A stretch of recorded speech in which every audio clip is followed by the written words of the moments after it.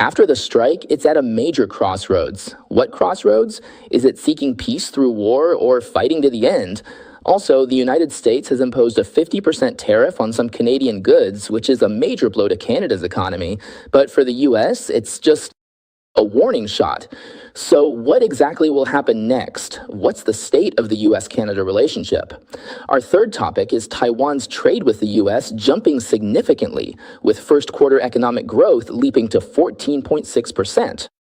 Teaching us a profound lesson. Welcome to Good Morning America with Fang Wei. Hello to our YouTube viewers and our Sound of Hope Silicon Valley FM 96.1 listeners. We bring you the latest every morning. For new viewers, please consider subscribing and hitting the bell icon. We provide not just the world's fastest news, but also in-depth analysis. Now let's get straight to the point and discuss the situation in the Middle East. Last Friday, July 17th, Iran launched several ballistic missiles at U.S. air bases in Jordan and Iraq within 24 hours, resulting in 4 U.S. military casualties. Details of the U.S. deaths have now emerged. Regarding the Muwafaq Salti Air Base in Jordan, Iran launched 3 consecutive ballistic missiles within 24 hours. All 3 times, they breached the U.S. air defense network. After the first missile exploded, shrapnel hit the base gym, so it was basically aimed right at it. But because the air raid siren sounded in time, the troops successfully reached bunkers, so there were no casualties. Hours later, a second missile hit an empty building, but again, no one was hurt. The third wave of attacks, however, caused major casualties. That missile hit the troops' living quarters, which are actually container-style dorms, like shipping containers. Although the base issued an air raid warning, some troops didn't make it to the bunkers in time. And the strike on the dorms killed 2 U.S. service members and left 1 missing. The missing person was later confirmed dead. So on Monday, the U.S. responded to the Iranian attacks. President Trump said he's instructed military leaders to ensure Iran pays many times over for every American soldier's death.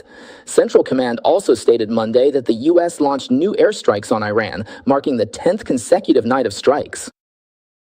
The targets were Iranian military operations and facilities related to the Strait of Hormuz. The main strikes remain focused on Iran's southern coastal provinces.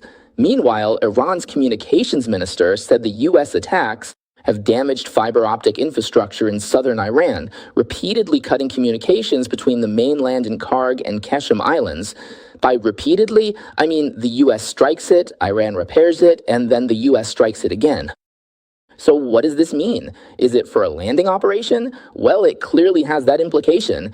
Now, senior United States officials told the media on Monday that President Trump is expected to decide within the next few days whether to expand military operations against Iran and resume full-scale war. What does it mean? Trump currently has 2 options before him. One is to push for a new 10-day ceasefire agreement with the goal of reopening the Strait of Hormuz. The second option is to join forces with Israel to launch a large-scale joint military operation. To force Tehran to yield. If President Trump orders the resumption of full-scale military action, the intensity and scope of United States airstrikes will far exceed those that began on July 7th. Actually, current airstrikes are mainly aimed at opening the Strait of Hormuz, targeting Iranian military sites around the strait.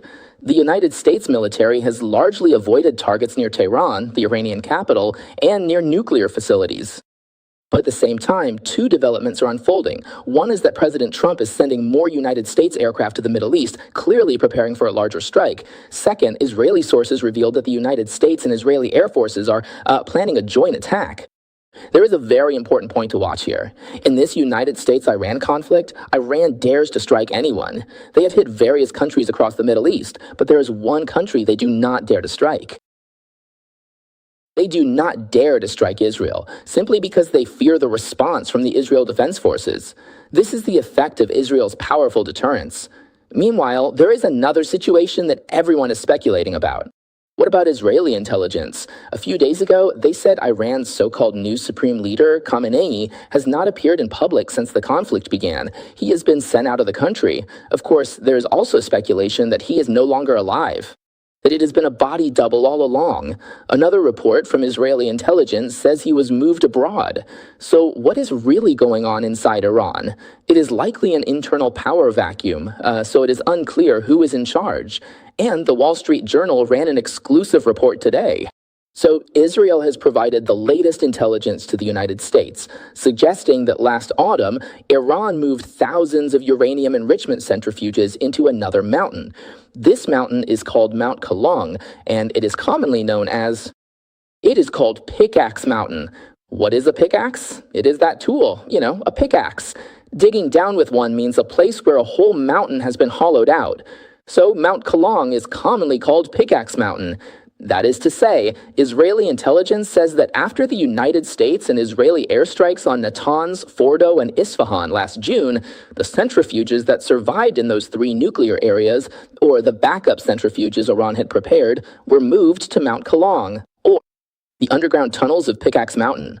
So over the past 15 months, United States satellites have continuously seen trucks entering and exiting the underground rock formations at Pickaxe Mountain, tunnel reinforcement, security facility expansion, and many other activities. So Gaoshan has now become a new target in Trump's eyes. Meanwhile, to the west, Yemen's Houthi rebels announced a maritime blockade against Saudi Arabia yesterday, on Monday. This threatens the oil export capacity of the world's largest crude oil exporter, Saudi Arabia, which goes through the Strait of Hormuz, bypasses the Holzman Strait, passes through the Red Sea north via the Suez Canal, and south through the Bab el-Mandeb Strait. And these Houthi rebels, they wrote letters to several shipping companies yesterday, which is quite interesting, writing letters warning ships not to load or unload cargo at Saudi ports, or they will become targets of attack. So Reuters said several shipping companies have received these letters, well, emails, not paper letters, but emails. The sender is the Humanitarian Operations Coordination Center under the Houthis. This is really a courtesy before force approach, isn't it? Whether it's courtesy before force or just courtesy without force, we don't know yet. But Reuters says if the Bab el-Mandeb Strait is completely closed, global oil supply will drop by another 7%, because most of Saudi Arabia's oil, after being loaded at Yanbu port on the Red Sea coast, can only go north through the Suez Canal and can't get out to the south. This will further exacerbate the significant impact of the Persian Gulf War on oil transportation. As of now, the conflict has already caused global oil supply to decrease by about 10%. And if you add the Bab el-Mandeb Strait, that's another 7%. On Monday, U.S. crude oil rose nearly 1%, closing at $83 a barrel, while Brent crude rose to $89. These are the highest closing prices since early June. This oil trend then shifted to the U.S. gasoline supply. Nationwide, regular gas prices rose back to $4 a gallon, the first time gas prices have returned to this level since June 17th. So it's up 13 cents from a week ago. Meanwhile, Ukraine continues to attack Russia's energy infrastructure, causing more and more Russian refineries to suffer capacity damage. Russia is actually the second largest diesel exporter after the United States. Because refining capacity was hit, Russia has banned major refined oil and diesel exports until the end of July. This is a new measure. The old measures were for gasoline. Most of Russia's gasoline and aviation fuel were already restricted, and now diesel is added. This will affect the global supply and demand for oil, gas, and diesel. White House spokesperson Rogers issued a statement on Monday saying that as the U.S. military continues to weaken Iran's ability to attack merchant ships and disrupt trade in the Strait of Hormuz, oil and gas prices will drop significantly back to pre-conflict levels. He said President Trump remains committed to fully leveraging America's energy advantage, lowering costs, and leaving more money in the pockets of hardworking American families. So basically, let me comment. In short, it's very difficult. If you don't strike Iran, they'll block the strait, choke the U.S., and even kill U.S. soldiers. If you do strike them, the Strait of Hormuz won't be clear, and maybe even the Bab el-Mandeb Strait. We'll have to see what happens with Bab el-Mandeb. Is this Houthi move just a bluff, or are they for real? In short, for President Trump, the current situation is that he can't have his cake and eat it too. What do you think you should do? Well, in the long run, my view is that in the long run, continuing to fight is actually good for both Iran and the U.S. Why? Because, well, it would crush Iran. It would completely resolve Iran's threat to the Middle East and the threat of nuclear weapons. Secondly, the continuation of this war will keep boosting America's energy production capacity. Global energy production will continue to expand under the stimulus of such a war. Once the war finally ends, the global oil supply will exceed demand. Well, not exactly exceed demand, but the oil supply will be very abundant. This will lead to a drop in global energy prices, which will help global economic growth. So in the long run, it's a good thing. It's like a stimulus, like a shot. A viral infection triggers a response from the entire body. That is, an increase in global oil production. But in the short term, what's hurt is the U.S. midterm elections in over 3 months. So what do you think President Trump should do? Should he look at the long term or the immediate future? Should he seek peace through war now? Should he immediately call for a ceasefire with Iran? Because Iran has already told President Trump they've clearly stated they want to seek peace. They said stop fighting, but should President Trump nod his head now, or should he keep fighting? What are your thoughts? Let's do a poll, shall we?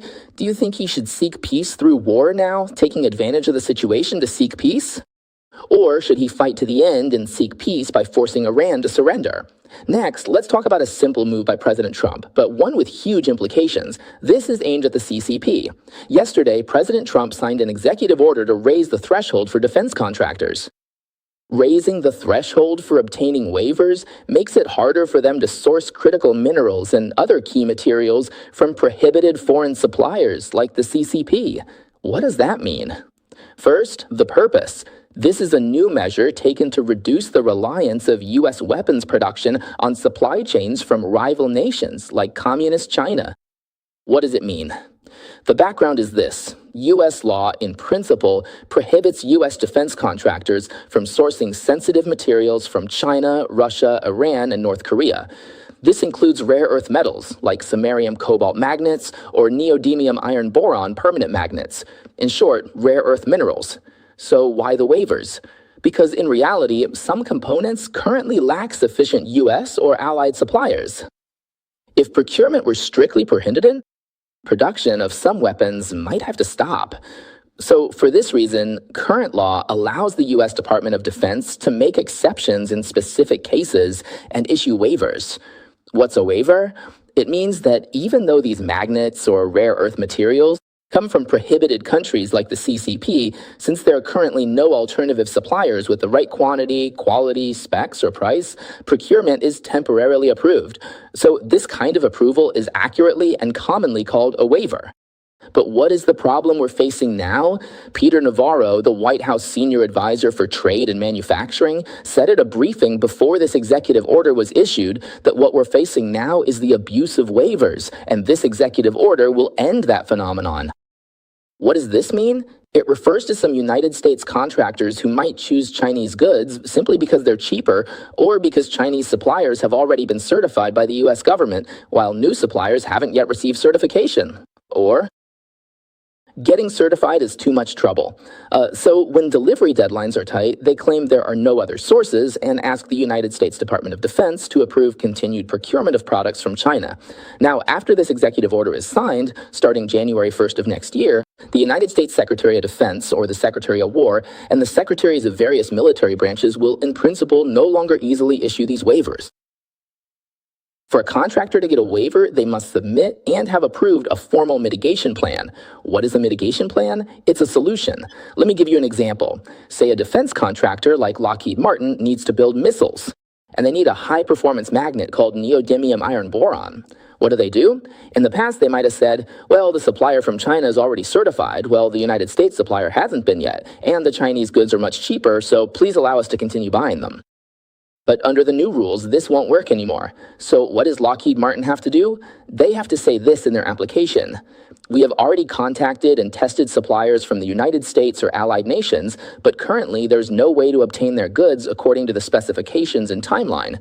This batch of Chinese materials comes from this specific company in China, and we have already invested funds to certify a United States alternative supplier, which will, within a few months, say 18 months or 12 months, Completely stop sourcing from China. What does this mean? It means you can use it for now, but you must give me a plan, and this plan must tell me when you can stop using it. Only then might the Department of Defense grant a one-time temporary waiver. This whole thing, I know it sounds very technical, but I think its implications are very, very deep. Its meaning can be summed up in one sentence. United States weapons production must completely decouple from Communist China. If a war breaks out, I can't rely on the opponent. A Department of Defense official also stated clearly at a press conference that if we are not clear about the source of a weapon's key materials, components, or software, the United States will not be able to maintain a dominant position on the modern battlefield. And Navarro said, this is not just paperwork, this is for war preparation. Those were his exact words. So at the same time, the United States government has already reached 150 agreements with countries around the world, investing tens of billions of dollars. And they've hired more than 400 so-called transaction experts from the private sector to accelerate the pace of consolidating rare minerals and other critical supply chains. So all of this, although it seems like a small-scale technical action, the point I want to make to everyone is that all United States military industries must decouple from China. If you can't decouple right now, then give me a specific timeline. Tell me when you can decouple. So this means that the United States and China are preparing for war, but this war is not about regime change. In my opinion, it's not about regime change, but rather about suppressing the threat the CCP poses to the United States. All right, let's take a look at this next piece of news, which is also related to China. A heavyweight U.S. representative is calling on the State Department to immediately halt student visas for China. Wow, this is a really big deal. I mentioned this to you a couple of days ago about the federal representative from West Virginia, Riley Moore. He's already told the media that he submitted a bill to stop F1 visas, J1 visiting scholar visas, and I visas for media journalists from China, Russia, and other hostile nations. And just recently, Florida Representative Anna Paulina Luna officially requested that the Secretary of State, Marco Rubio, cancel or suspend any F1 and J1 student visas for Chinese citizens. What's the reason?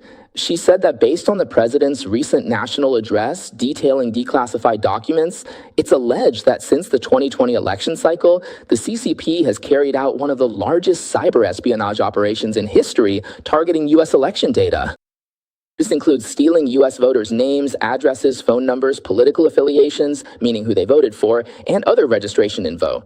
Given the recently declassified intelligence detailing the CCP's efforts to interfere in U.S. elections, I urge the Secretary to immediately suspend or cancel all F1 and J1 student visas held by Chinese citizens currently enrolled in U.S. higher education institutions. She said, we urge the State Department to immediately review and revoke these visas and to suspend the issuance of new visas to Chinese citizens until the full extent of this infiltration is accounted for and a comprehensive review of our higher education vetting procedures is conducted. We'll see after that. So we know Riley Moore, the representative from West Virginia, has already proposed a bill, but Luna's point is clearly that we can't wait for a bill. Let's skip the legislative process. The State Department already has the authority to suspend visas, so do it today. We all know school starts in September, and many students from China are currently planning their trips to the U.S. So now, Representative Luna is saying to just stop them all. I don't know how you feel, but reading this news makes me sigh. This is just another example of how the CCP is harming China.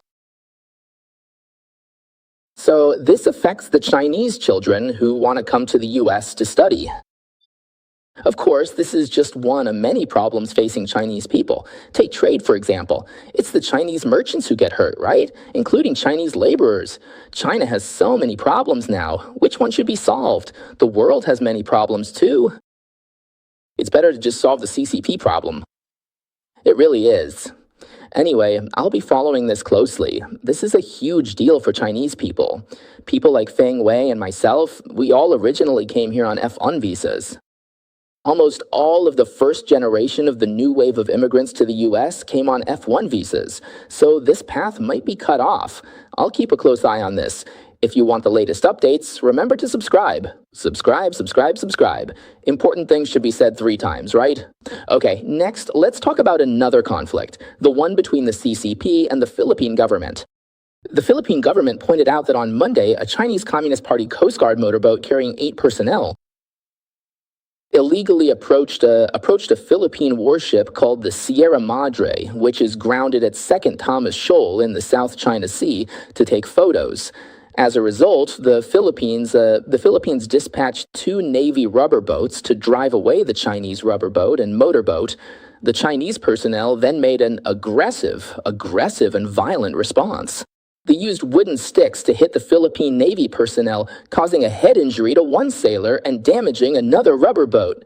The Philippine military released a 25-second video clip showing that on the rubber boat near the Chinese vessel, there were Coast Guard personnel swinging wooden clubs to hit, that is, to attack the Philippine crew members. The Philippine Department of Foreign Affairs immediately issued a statement saying such violent behavior is unacceptable, and stated that necessary diplomatic actions will be taken. In response to the Philippine allegations, the CCP's Coast Guard Bureau issued a statement in rebuttal, saying that the Philippine vessel ignored repeated warnings from the Chinese side, approached in a dangerous manner, and intentionally rammed the Chinese patrol boat. It claimed that the Philippine personnel were the ones who initiated the attack, saying the Philippine side used tools like paddles and long sticks to maliciously attack Chinese law enforcement personnel. Both sides have their own stories. Who do you believe? After seeing news like this, who do you think you believe? I'm very curious. Let's do a quick check. Who do you intuitively feel you believe? Okay? You can leave a comment and let's see. Now, what I want to say is that the island conflicts between the two sides in the South China Sea are becoming more and more intense. Second Thomas Shoal is located within the Philippines' 200 nautical mile exclusive economic zone, about 1,300 kilometers from mainland China. That's the situation. The timing of this recent incident is very sensitive because the ASEAN Foreign Ministers meeting, which includes 70 countries plus those invited by ASEAN, including representatives from China, the United States, Britain, Russia, and EU countries, will all be sent to participate. They are currently heading to Manila, the capital of the Philippines, so the Foreign Minister, Wang Yi, the CCP's Foreign Minister, Wang Yi, also happens to be going there for the meeting. U.S. Secretary of State Rubio will also participate in the entire meeting. So for something like this to happen at this particular moment, well, it's a serious yet somewhat ridiculous piece of news, also related to China-Philippines relations. The CCP's official media, China Daily, recently released an AI video depicting the Philippines as an ugly monkey controlled by other countries. Take a look at this. I won't play the sound. In short, it depicts the Philippines as being manipulated by other countries and so on. As a result, this triggered a strong condemnation from the Philippine government. So you see this monkey wearing traditional Philippine clothing being pushed by the US and Japan to go on stage and sing. Then, in short, it ends up in a very pathetic situation and so forth. Speaking of the South China Sea issues, so what happened? After the conflict and the protest, a Philippine media outlet called the Daily Tribune posted another video on its official Facebook account called She Winnie. Did you see that? And the caption said that this photo cannot be published in China. Look, let's take another look at this concept of Winnie the Pooh. Winnie is a bear, but in this case, I think it's referring to a pig. So this is China Daily, the CCP's China Daily, comparing the Philippines to a poor monkey. The Philippines compared Xi Jinping to a fat pig, basically the whole Zhubeje concept. So this online war of words between the two sides is ongoing and quite interesting. Okay, now let's turn our attention to North America, shall we? This is big news today. The White House. Well, yesterday's news. On Monday, July 20th, the White House. The president signed 3 proclamations to impose a 50% tariff on a range of Canadian exports to the U.S. It takes effect in 30 days. This marks a major escalation in the U.S.-Canada trade war. This 50% tariff isn't a universal tariff, not the kind the Supreme Court halted that Trump can't use anymore.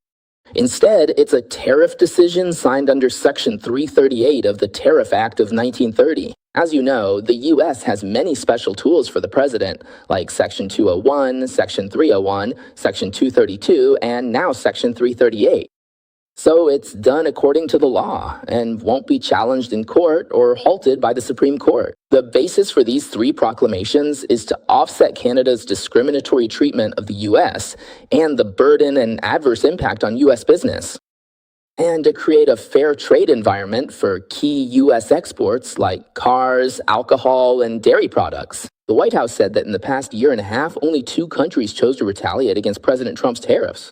Instead of negotiating with the U.S., one is Communist China and the other is Canada. That's from the White House. Senior White House officials also stated that the 50% tariff on Canada is in response to Canada's retaliation against U.S. trade policy and its discriminatory treatment of U.S. autos, dairy, and alcohol.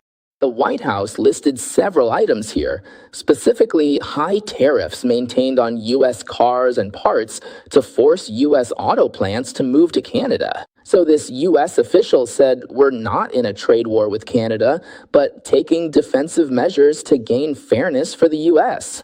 The products covered this time range from wine and hockey sticks to wine, cement, and even Canadian honey, carvings, fishing rods, dog leashes, and down jackets. I think for many Chinese friends, those Canada Goose down jackets and Canadian honey are popular purchases. It also covers beer, cider, wine, whiskey, and other spirits. Although there's a lot, you should know this isn't the real move. It's just a warning shot. What does that mean? Because first, it doesn't cover cars and parts. Second, it doesn't cover oil from Canada. Third, it doesn't cover potash from Canada. These three things combined account for 44% of Canada's exports to the United States. In other words, the biggest portion hasn't been touched at all. It's just a warning shot, targeting things like wine, dog leashes, and fishing rods. It's meant to send a signal to Carney, you'd better watch out. If fair trade isn't practiced, the big stick will really come down. As you know, 75% of Canada's trade goes to the United States. What does this mean? Well, in business, there's a saying that the customer is always right, and the United States is Canada's biggest customer. To use an analogy, Canada is picking a fight, arm wrestling, and competing with its biggest customer, even trying to form a coalition of middle powers. This isn't just a spat, it's a duel. You're dueling with your biggest customer. Think about it. Who does business like that? So this is indeed the difference between Canada's prime minister acting as a politician or Carney as a banker and President Trump who acts as a businessman.